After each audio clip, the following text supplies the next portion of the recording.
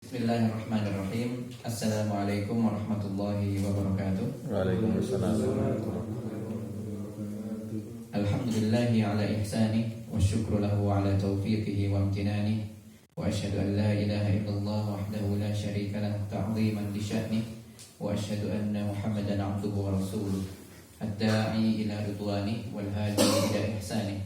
Sallallahu alaihi wa ala alihi wa ashabihi wa a'wanih wa sallama tasliman katsiran. Alhamdulillah rabbil alamin. Nahmadullah subhanahu wa ta'ala ala an wahabana an-ni'am al-katsira iyana wa min hadhihi an-ni'am yani ni'matul Islam alladhi kunna fihi wa nas'alullah ta'ala an nakuna fi hadha ad-din ad-din al-haq ila yaumi mautina insyaallah. Amin ya rabbal alamin. Wa من النعم الأخرى يعني عندنا الصحة وقدر الله لنا أن نستمع في هذا المكان في هذا المجلس ندرس فيه كتاب ماذا؟ كتاب حلية طالب العلم. Kita akan mempelajari kitab حلية طالب العلم dan وفي الأسبوع الماضي بحثنا عن موضوع. Kita sudah membahas satu tema di awalnya saja, belum tuntas. Nah, wa lam nantahi min hada. Kita belum selesai ya. Lam nantahi min hada al-bab. Nah, wa al-fasl yani adabut talib fi nafsihi. Nah, adabut talibi fi nafsihi. Yani fi safhah al-15 di halaman 15. Nah, silakan bisa bergabung di situ yang membawa bukunya. Adab-adab seorang penuntut ilmu terkait dengan dirinya. Nah, itu judul atau bab pertama di sini. Ikhwati fillah, kembali kita mengingatkan para salafuna, orang-orang terdahulu dari kita pernah mengatakan nahnu ila qalilil adab ahwaju ilaina min katsiril ilm. Kita lebih membutuhkan kita ini lebih membutuhkan kepada adab yang sedikit daripada ilmu yang banyak. Nah, wa aidan qala Ibnu Sirin juga pernah mengatakan ta'allamna al-adab 30 sana wa ta'allamna ilma 20 sana wa 20 ama. Nah, jadi kami dulu, kata Ibnu Sirin, belajar tentang adab, etika terkait dengan menuntut ilmu itu selama 30 tahun, dan ada pun belajar ilmu itu sendiri 20 tahun. Yang artinya di sini sesungguhnya pengetahuan kita terkait dengan etika, bagaimana memuliakan ilmu, itu memiliki peran yang besar dalam perjalanan kita menuntut ilmu itu sendiri. La nunsiha, kita tidak bisa melupakannya begitu saja. Bal nata'allamuha kullama nata'allamu ilm. Kita mempelajari adab-adab itu sejalan dengan proses kita belajar ilmu. Nah, dan pada pertemuan yang lalu kita juga menyebutkan beberapa hal ya terkait dengan prinsip yang pertama, yaitu hendaknya kita memahami bahwa ilmu itu sesungguhnya adalah ibadah. Al-ilmu ibadah. Ini adalah yang sebagai yang ditulis di bab pertama oleh penulis buku ini, Bakar bin Abdullah Abi Zaid. Nah, ini penulisnya. Nama lengkapnya Bakar bin Abdullah bin Abi Zaid. Ya. Beliau ini kemarin kita singgung menulis buku ini dilandasi atas apa? Atas begitu banyaknya perhatian para ulama menulis tentang bab adab ilmu ini.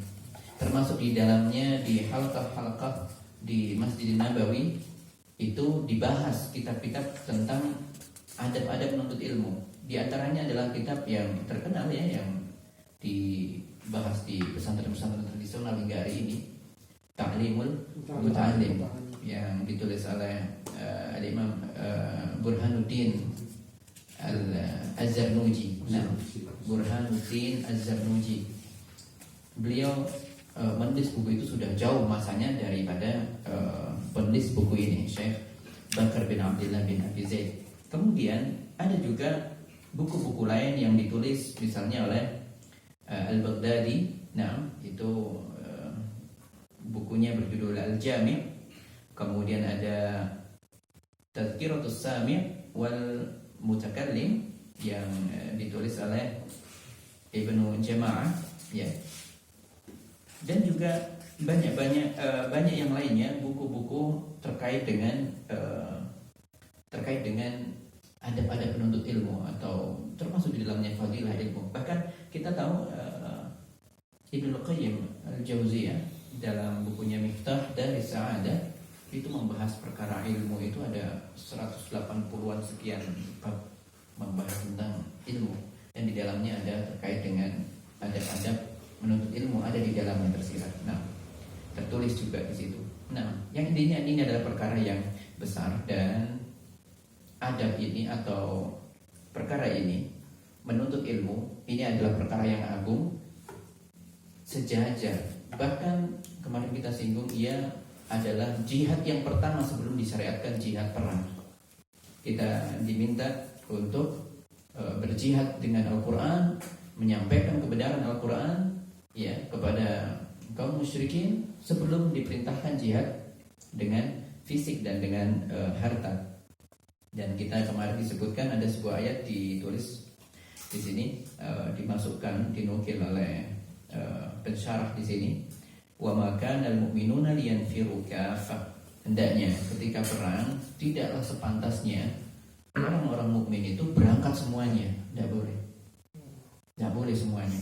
Falaula nafaru min kulli firqatin minhum ta'ifah. Hendaknya yang berangkat itu beberapa orang dari masing-masing golongan, masing-masing kabilah. Itu iya, ini kan beberapa utusan, tapi tidak semua di setiap kabilah.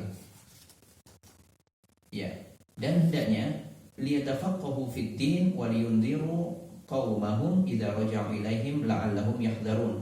Hendaknya di antara setiap kaum kabilah itu ada yang berangkat, ada yang menetap. Yang menetap ini gunanya untuk apa?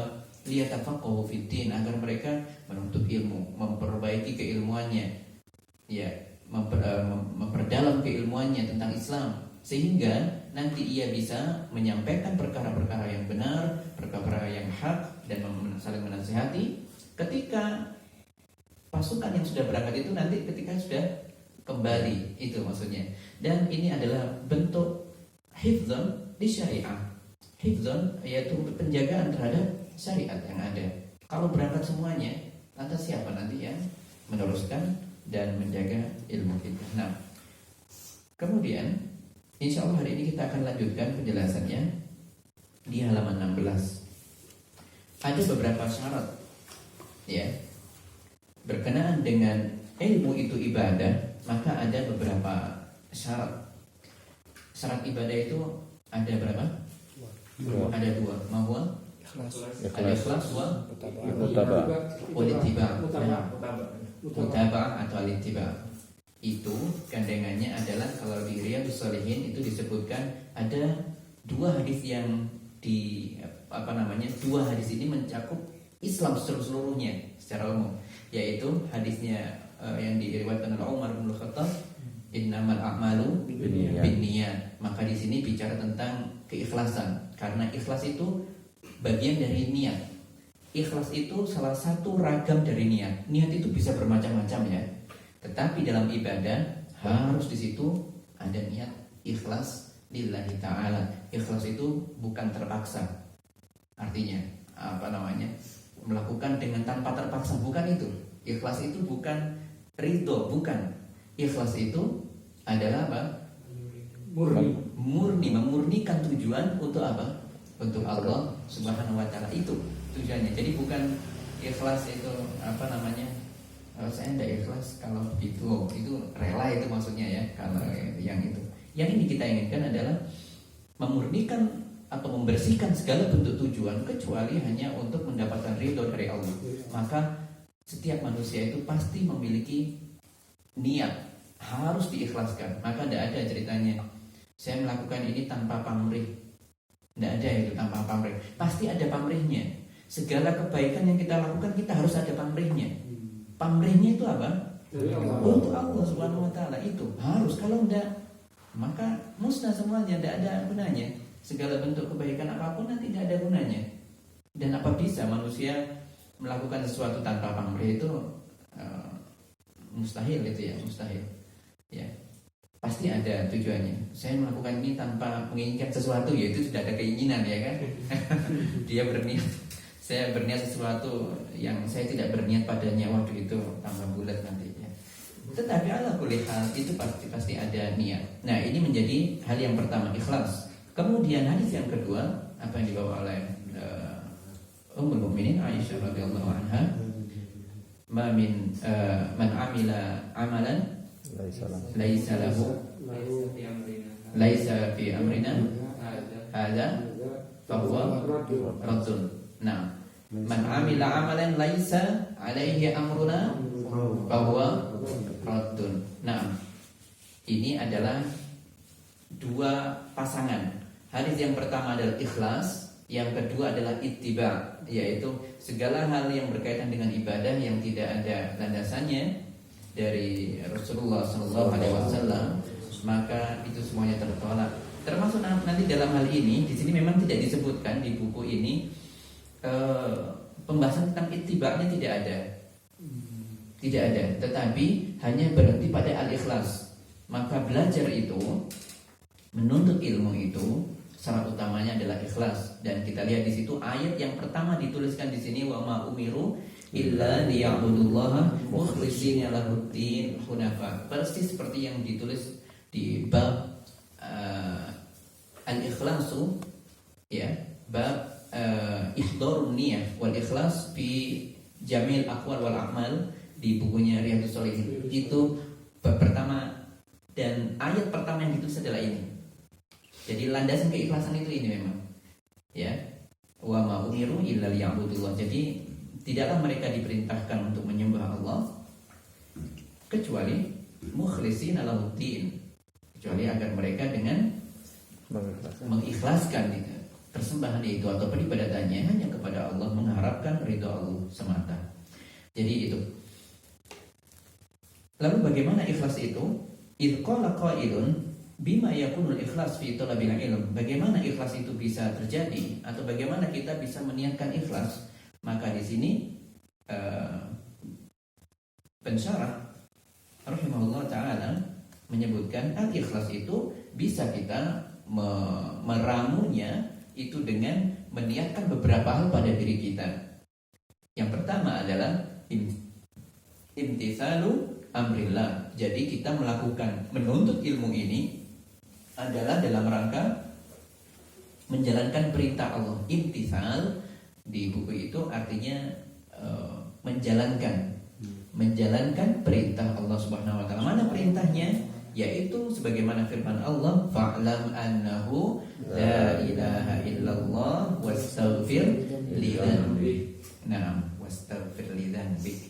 Jadi fa'lam, maka berpengetahuanlah, maka jadikanlah dirimu memiliki pengetahuan. Buatlah dirimu mengetahui bahwasanya tidak ada tidak ada la ilaha illallah, bahwasanya tidak ada sesembahan yang berhak disembah selain Allah. Wastaghfir li dzanbik, dan mohon ampunlah atas dosa-dosa. Di sini perintah al-hasu ala hadzal amr, perintah terhadap menuntut ilmu di sini, dan ini berlaku untuk semua perintah. Apa yang Allah perintahkan dari syariat-syariat yang ada itu pasti akan di situ ada rasa cinta Allah kepada siapapun yang melakukan perintah itu, dan pasti Allah meridhoi kepada orang-orang yang ikhlas melakukannya. Jadi seluruh perintah kita diperintahkan untuk menuntut ilmu, pasti Allah meridhoi. Bukankah Allah menjanjikan akan mendapatkan keberkahan? Para malaikat menaungi kita, kemudian semuanya disebut namanya, siapa yang ikhlas di situ disebut namanya di hadapan para malaikat, dipuji semuanya. Ini hamba-hambaku, mereka duduk di majelis ilmu. Ini hamba-hambaku, mereka menuntut ilmu demi mendapatkan pengetahuan agama. Disanjung-sanjung di hadapan para malaikatnya. Jadi segala perintah yang diberikan oleh Allah kepada seluruh hamba-hambanya itu pasti disertai nanti dengan kecintaan, dengan keridhaan terhadap perintah itu. Nah, dan perintah yang kedua, al-amru tsani, hifdzus syariah atau hifdzus syariatillah. Di sini disebutkan perintah yang perkara yang kedua yang harus ada adalah kita niatkan memang untuk menjaga syariat Allah. Li'anna hifdzus syariatillah yakunu bitta'allum. Nah, ini masih berkaitan dengan yang tadi. Bagaimana seseorang bisa mengetahui bahwasanya Allah itu Maha Esa untuk disembah? Bagaimana seorang bisa mengenal Allah, mengenal sifat-sifat Allah, mengenal hak-hak Allah, apa yang wajib bagi kita harus kita tunaikan kepada Allah? Jika kita tidak mempelajarinya, maka semuanya ini harus dengan proses belajar. Wal hifz apa di sini? Wal hifzi fis sudur, dan juga hendaknya dihafalkan di dalam dada. Jadi memang ada proses menghafal, tidak ada belajar yang tidak menghafal, pasti ada. Kecuali matematika ada menghafal ya. Menghafal ya. Dari segala penjuru langsung hafalan, ternyata semakin meyakinkan bahwa kata matematika itu dihafalkan ternyata ya, rumus-rumusnya ya. Nah. Ya, ternyata tidak ada ilmu yang tidak menghafal, itu tidak ada. Dan ini adalah perkara yang harus kita ketahui bersama. Wa yakunu aidan bil kitabah, dan juga dilakukan dengan menulis, dengan kitabah, dengan tulisan. Yakunu bil kitabah. Jadi dengan proses menghafal dan juga dengan proses menulis, ya, mencatat. Nah, kita lanjutkan dulu di sini. Jadi ini adalah perkara yang kedua. Yang ketiga adalah himayatus syari'ah wa difa' anha. Yang harus kita niatkan yang ketiga untuk memunculkan keikhlasan dalam menuntut ilmu adalah kita niatkan diri kita untuk menjaga atau membela syariat kita. Yaitu maksudnya membela di sini adalah mengatakan yang hak dan meniadakan yang batil. Li'annahu laulal ulama, kalau tidak ini dilakukan oleh para alim ulama, maka siapa nanti yang bisa menjaga dan bisa membela kebenaran agama kita? Sebagaimana yang dilakukan oleh Syekhul Islam Ibnu Taimiyah wa ghairuhu.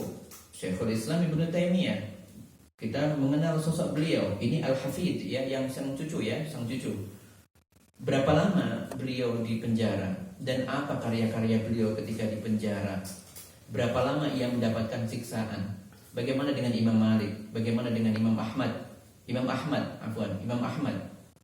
sampai harus disiksa. Nah, Imam Ahmad juga beliau dihentikan dirosahnya kegiatan belajarnya. Jadi saat itu dikatakan oleh pemimpin saat itu, Imam Ahmad tidak boleh lagi mengadakan kajian. Bayangkan, Imam Ahmad yang mau ngaji itu banyak, tetapi tidak diperbolehkan karena ada ketidaksejalanan dengan penguasa. Ya, yang satu menginginkan kebenaran, saklek dengan agamanya, benar-benar lurus dengan agamanya, sama dengan Syekhul Islam Ibnu Taimiyah. Kenapa banyak orang yang membenci juga? Itu karena tidak sejalan dengan Syekhul Islam Ibnu Taimiyah. Terlebih lagi perkara hal-hal yang terbarukan dalam agama yang tidak ada, yang hal-hal yang baru ya, yang kita kenal dengan bidah, itu banyak yang disanggah oleh Syekhul Islam Ibnu Taimiyah, termasuk oleh muridnya juga Ibnu Qayyim al-Jauziyah dan murid-muridnya yang lain. Maka mereka mendapatkan penentangan. Dan kalau bukan dari mereka, orang-orang sosok seperti mereka, sosok seperti beliau-beliau yang mulia ini yang dimulakan oleh Allah, semoga mereka mendapatkan rahmat Allah. Itu lantas siapa yang menjaganya? Termasuk di sini para tulabul ilm seperti kita, ana dan antum. Kita berusaha untuk menguasai atau mempelajari agama kita. Nah, dengan harapan nanti bisa membantah, atau bukan membantah, paling tidak kita memberikan hal yang lurus ya, Jadi tidak sampai ada hal yang haram dihalalkan, yang halal diharamkan, seperti itu. Ya, begitu banyak saat ini hal-hal yang semakin dikaburkan, ya, di media, di berbagai tempat. Ya. Oh, hal yang ini, misalnya apa itu, minuman champagne misalnya, kita ambil yang di luar Indonesia saja. Ya. Champagne itu haram apa tidak? Kalau orang di sebelum berangkat ke sana itu kan mengatakan, oh iya haram, itu muskir, itu ada muskirnya, ada sesuatu yang membuat mabuk. Tetapi ketika di sana mulai terasa dingin, tidak karu-karuan pas musim dingin, kemudian ada perkumpulan dengan teman-temannya di sana, oh iya ya ini kayaknya boleh dalam keadaan darurat ya. Ya, mulai mencari-cari seperti itu, dianggap dalam keadaan darurat. Padahal sedarurat-daruratnya itu loh ya, dan dingin itu masih bisa diatasi. Sedingin-dinginnya dimanapun itu bisa diatasi. Ya, jadi kemudian mereka berdalih ini kan terpaksa gimana, ada air panas kok minum champagne kemudian di ini kan gitu ya. Nah itu hal-hal yang yang bisa menjadikan seseorang itu keluar dari jalan yang benar. Maka kita hendaknya meluruskan perkara itu. Nah, kemudian yang keempat, ittiba'u syariati Muhammad li'annaka la yumkin an tattabi'a syari'atahu hatta ta'lam hadhihi syari'ah. Yang pertama adalah kita niatkan memang mengikuti syariat Nabi kita Muhammad SAW, karena kita tidak akan mungkin bisa mengikuti syariatnya tanpa mempelajarinya. Nah, dan di sini disebutkan qala al-musannif, ya, penulis buku ini juga menyebutkan hendaknya niat itu adalah niat yang benar. Ya, niat itu hendaknya niat yang benar, jangan sampai niatnya itu melenceng dari kebenaran. Seperti dalam riwayat sebuah hadis, ya, man ta'allama ilman mimma yubtagha bihi wajhullah, barang siapa yang menuntut ilmu, ya, ia harusnya meniatkannya untuk mendapatkan wajah Allah, ya. Dia menginginkan wajah Allah. La yata'allamuhu illa liyusiba bihi 'aradan minad dunya, dan ternyata ia belajar itu diiringi dengan tujuan-tujuan dunia, ya. Ia meniatkan dengan tujuan dunia, ikhlasnya terhapuskan yang tadi itu. Lam yajid arfal jannah yaumal qiyamah, maka ia tidak akan mencium aroma wangi surga pada hari kiamat nanti. Jadi yang dimaksud di dalam hadis ini adalah hendaknya kita menuntut ilmu itu memang ibtigha wajhillah. Inilah bentuk keikhlasan itu, ibtigha wajhillah. Kita memang mengharapkan wajah Allah, ya.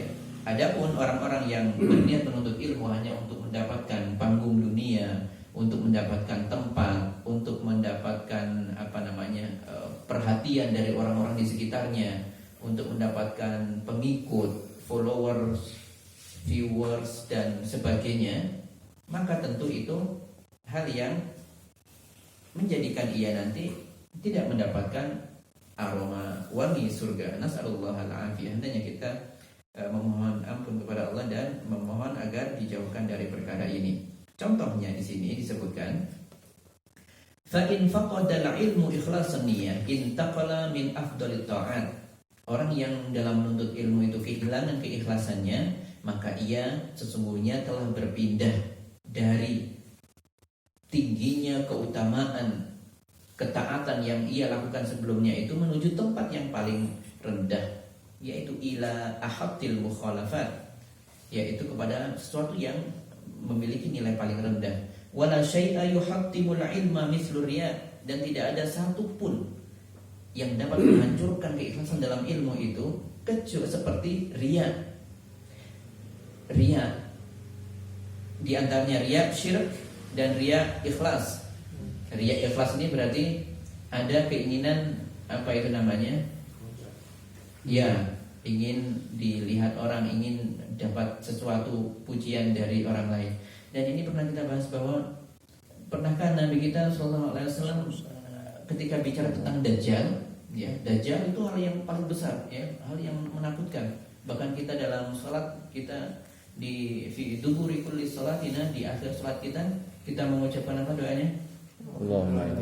Allahumma inni a'udzubika min adzabi jahannam wa min adzabil qabr min fitnatil mahya wal mamat wa min syarri fitnatil masiihid dajjal. Itu karena besarnya perkara Dajjal ini. Ternyata setelah itu Nabi kita Shallallahu Alaihi Wasallam justru menasihati kepada para sahabat, ada hal lain selain itu yang saya paling takutkan bagi kalian, yaitu asyirkul asghar, yaitu syirik kecil. Apa itu? Ria. Ya, ria ini perkara yang nyaris tidak terlihat, bahkan ia lebih ringan daripada langkahnya semut. Ya, saking lembutnya ria itu, sering kita tidak merasa bahwasanya kita sendiri melakukan ria. Ya, sering kita pernah kita melakukan itu ya, melakukan sesuatu muncul ria, tapi kadang kita tidak merasa. Manusia biasa seperti itu. Nah, dan ini adalah perkara yang ditakuti oleh Nabi kita Shallallahu Alaihi Wasallam. Nah, kemudian ada juga temannya ria, yaitu tasmi'. Tasmi' kalau tadi itu dilihat kemudian mendapatkan pujian, ya, kemudian menunjukkan eksistensinya. Nah, itu loh biasanya bahasa kita itu apa itu ya? Sum'ah.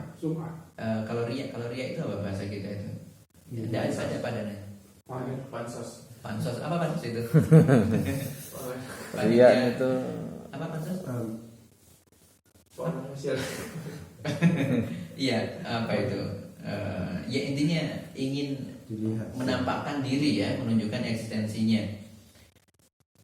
Adapun sum'ah tasmi', ya, itu agar didengarkan. Nah, ini lebih halus lagi nih, sum'ah ini. Kita sudah melakukan suatu amalan itu dengan tidak diketahui oleh siapapun. Kemudian kita menceritakan kepada orang lain kebaikan kita. Ya, terkadang kita memang muncul, oh iya ini untuk apa namanya? Berbagi nikmat, itu boleh. Tetapi terkadang muncul sedikit cuil rasa sum'ah itu ada. Nah, itu manusia biasa cenderung ke hal ini. Nah, ini adalah hal yang begitu kecil dan begitu tipis, sehingga kita hendaknya menghindarinya. Seperti contohnya di sini dicontohkan oleh penulis, bi an yaqula musami'an, ada seorang yang berniat sum'ah agar didengar orang lain. Alim tu wa hafiztu, saya sudah belajar misalnya buku apa yang tadi itu, Arba'in Nawawi. Ini kan Arba'in Nawawi kitab kecil ya. Itu biasanya dianggap ini kelas pemula ini. Saya sudah pernah belajar ini, saya sudah menghafalnya dengan ada sum'ah di dalamnya, dan juga ada keinginan untuk buat apa sih belajar itu lagi? Itu tidak diperbolehkan seperti itu. Jadi terkadang kita dengan mengucapkan seperti itu justru memunculkan rasa sum'ah pada diri kita. Jadi ada rasa membanggakan diri. Padahal sebelumnya kita belajarnya sudah ikhlas. Nanti kemudian bisa terhapus dengan sum'ah ini. Maka ini kita sama-sama memohon kepada Allah agar kita dijaga lisan kita. Nah, wa alaihi, oleh karena itu faltazim at-takhallus, hendaknya kita menyelamatkan diri kita min kulli ma yashubu niyatak. Kita menyelamatkan diri dari hal-hal yang dapat menodai niat-niat kita fi sidqit talab, dalam kejujuran dalam menuntut ilmu ini. Ya. Kahubbi zuhur, seperti hobi pansos seperti tadi itu katanya. Saya tidak tahu istilah pansos arti sebenarnya apa, tapi sepertinya ingin menunjukkan keberadaannya ya, dikit-dikit di video, dikit-dikit di foto, cekrek-cekrek dan sebagainya dengan tujuan tertentu. Yang intinya adalah misalnya ikut kegiatan majelis taklim kemudian difoto dengan Ustaz Fulan misalnya. Masya Allah. Ya itu kan ingin terlihat. Ya apalagi ada Ustaz besar, ada Syekh Abdul Razak misalnya, fotonya dari belakang gini. Biar kelihatan Syekh Abdul Razaknya. Ya apalagi di Masjid Nabawi, terlihat sekali, mentereng sekali. Ini tidak ada masjid seperti itu ya. Maka terlihat, ini dengan Nabawi ya.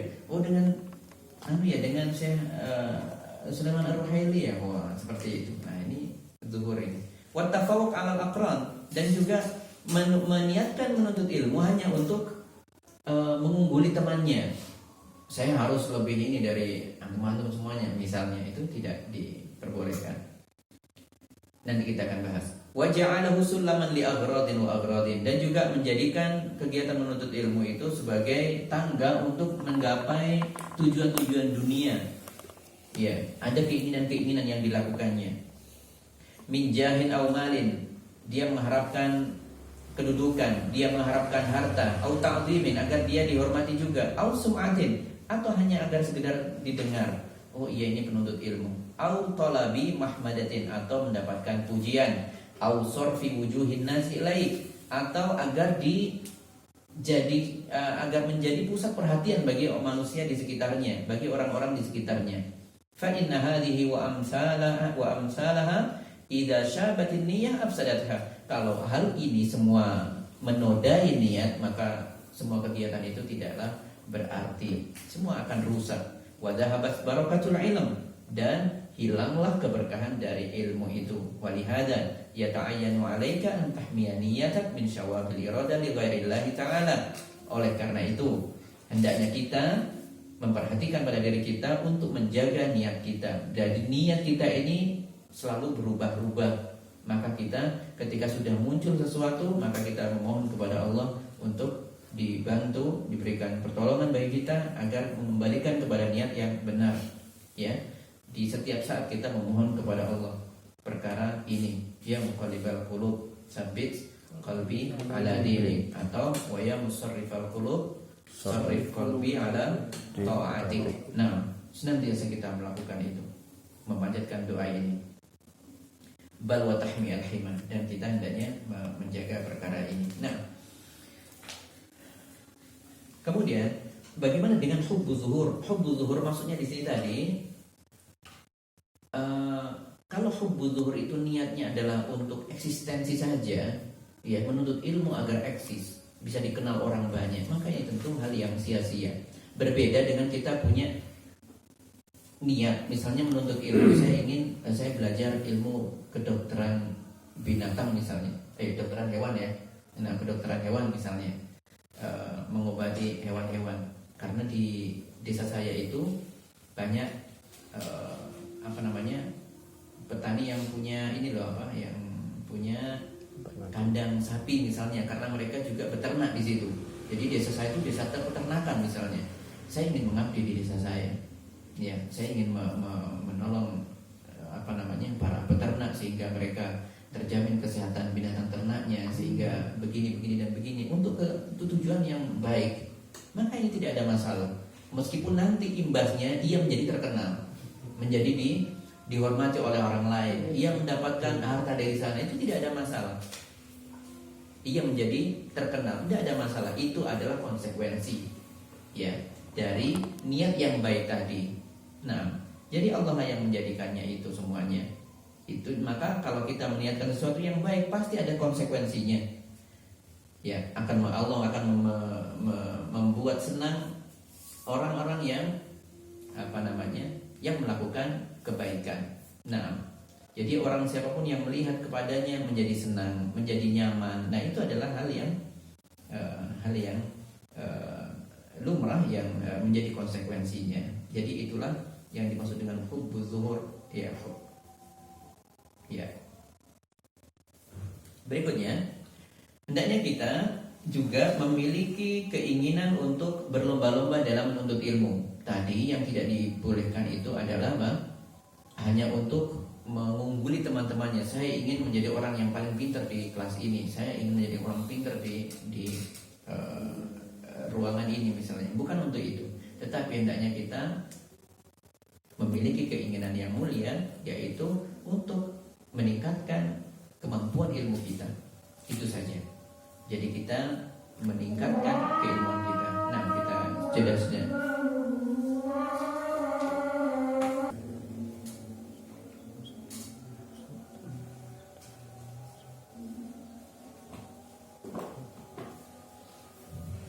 Alhamdulillahirabbil alamin. Wassalatu wassalamu ala nabiyil karim Muhammadin sallallahu alaihi wasallam wa ala alihi wa ashabihi ajma'in. Ikhwatul iman, kita lanjutkan pada paragraf berikutnya. Di sini disebutkan walil ulama fi hadza aqwal wa mawaqif. dalam perkara ini sesungguhnya para ulama sudah memberikan sikap. Ya, dan perkara-perkara tadi itu, perkara dengan keikhlasan menuntut ilmu itu juga sudah dibahas oleh penulis buku ini, yaitu Syekh Bakar bin Abdullah, ya, yaitu di dalam bukunya yang berjudul At-Ta'alum. Nah, jadi At-Ta'alum itu artinya bukan ta'allum, ya. Ta'alum itu beda dengan ta'allum. Ta'allum itu belajar. Kalau ta'alum di sini bukunya di paragraf itu ditulis ta'alum, itu maksudnya apa itu? Menunjukkan dia tahu, seolah-olah dia tahu, sok tahu, begitulah ya, sok tahu ya, mungkin apa bahasa Indonesia? Merasa selalu tahu. Nah, dalam buku merasa selalu tahu, ya, kurang lebih judulnya seperti itu. Kalau seperti halnya ada ungkapan kullama sa'altuhu yujibu illa annahu maridun bitta'alum. Setiap saya bertanya kepadanya itu dia kok jawab ya. Dia itu sepertinya mengalami penyakit, namanya penyakit sok tahu. Nah, seperti itu. Karena setiap manusia pasti ada hal yang tidak diketahui tetapi memaksakan diri untuk menjawabnya. Maka ini adalah penyakit ta'alum. Penyakit apa? Ta'alum. Nah, dan kemudian diumpamakan di sini kila seperti at-tubuliyat. Tubuliyat itu dilarang ya. Tubuliyat itu adalah dari kata tobel. Tobel itu drum band itu, apa drum yang biasa dipukul itu, apa gendrang. Gendrang ya, gendrang. Nah, gendrang. Biasanya ini dihinggapi oleh banyak dihinggapi oleh para penuntut ilmu, dan ulama juga terkadang terhinggapi dengan ini, yaitu adanya ingin terkenal menghadapi perkara-perkara yang menjadikan ia terkenal ya. Dan bahkan dikatakan di sini zallatul alim madrubun la tabal. Tergelincirnya seorang alim itu dipermisalkan sama dengan tabal. Tabal itu sekali dipukul itu nanti akan didengar oleh orang lain. Nah, jadi kalau ada orang tergelincir saja salah ucap misalnya, guru kadang begitu. Seorang alim menyampaikan sesuatu, ya, dia baru mendengar, tidak tahu penjelasannya apa, kemudian digoreng, ya, goreng. Ya, ini apa bahasanya, digoreng ya sekarang ini ya. Jadi potongan video misalnya, potongan suara, bunyi-bunyi atau ucapan-ucapan, tidak tahu ceritanya seperti apa rentetannya, tapi diambil sekilas, kemudian diaduk, digoreng. Nah, itu menjadi celaan kepada seorang alim. Itu dari situ, makanya kita hendak berhati-hati. Nah, baik, ini adalah perkara terkait dengan keikhlasan. Dan di sini disebutkan ada sebuah cerita di sini. Pernah suatu saat Abdullah bin Umar itu pernah berhadapan di hadapan sahabat dan di hadapan Rasulullah, dan saat itu Rasulullah SAW bertanya, inna minasyajari syajaran la yasqutu waraquha. Ada pohon itu yang daunnya itu tidak pernah jatuh. Wa innaha mathalul muslim, maka dia itu, pohon itu laksana seorang muslim. Fahadditsuni ma hiya, maka tolong ada yang tahu itu pohon apa namanya? Nah, itu bertanya kepada sahabat. Qala, maka ia pun melanjutkan, Abdullah bin Umar tadi itu, maka orang-orang pun fawaqa'an nasu fi syajaril bawadi, mereka menganggap pasti ini pohon-pohon yang ada di stepa itu, yang ada di padang pasir itu ya. Bawadi itu di padang pasir. Dan saat itu Umar merasa, saya yakin pada diri saya itu bukan itu. Yang saya yakini itu adalah jawabannya pasti kurma kalau menurut saya. Tsumma qalu, kemudian mereka mengatakan, haditsna ma hiya ya Rasulullah. Kemudian para sahabat akhirnya tanya kepada Rasulullah. Tadi itu hanya menjawab di hati Abdullah bin Umar, oh ini apa? Kurma, ini pohon kurma. Tetapi dia malu untuk mengungkapkan karena di hadapan para kibar sahabat. Subhanallah, tidak mau mengatakan itu karena di hadapan para sahabat besar di situ. Menjaga itu Abdullah bin Umar. Maka kemudian ditunggu, ternyata jawaban Rasulullah ketika ditanya para sahabat, iya, itu adalah pohon kurma. Maka aku ceritakan perkara ini kepada orang tuaku, yaitu Umar ibnu Al-Khattab. Maka kemudian respon dari ayahnya sangat mengejutkan, sangat gembira dengan putranya seperti ini dengan sikapnya. Li antakuna qultaha ahabbu ilayya. Apa yang kau katakan ini bentuk ketudukanmu, merendahmu pada orang lain, dan pengetahuanmu terkait itu orang-orang tidak tahu, dia tahu. Ini sesungguhnya ahabbu ilayya min an yakuna li kada wa kada. Ini lebih berharga dariku daripada dunia dan seisinya. Subhanallah. Artinya di sini seorang orang tua itu hendaknya mendorong anaknya untuk selalu berilmu, ya, memiliki kompetisi dalam menuntut ilmu. Belum ya. Baik, kita cukupkan sampai di sini, tidak apa-apa. Ini adalah penutupnya bahwa perkara ilmu ini adalah perkara yang penting dan hendaknya kita menjaga keikhlasan kita, diantaranya adalah dengan menghafalnya. Ya, sebagaimana Allah menyukai, ya, nadarallahu imra'an, Allah itu menyukai sami'a maqalati, siapapun yang mendengarkan ucapanku, kata Rasulullah SAW, yang menghafalkan, man wa'aha wa ballaghahu kama sami'aha, siapa yang mendengarkan ucapanku yaitu hadis-hadis dariku, ia menghafalnya dan ia menyampaikan kepada orang lain. Kafana bihada, kita tutup dengan kafaratul majlis. Subhanallah.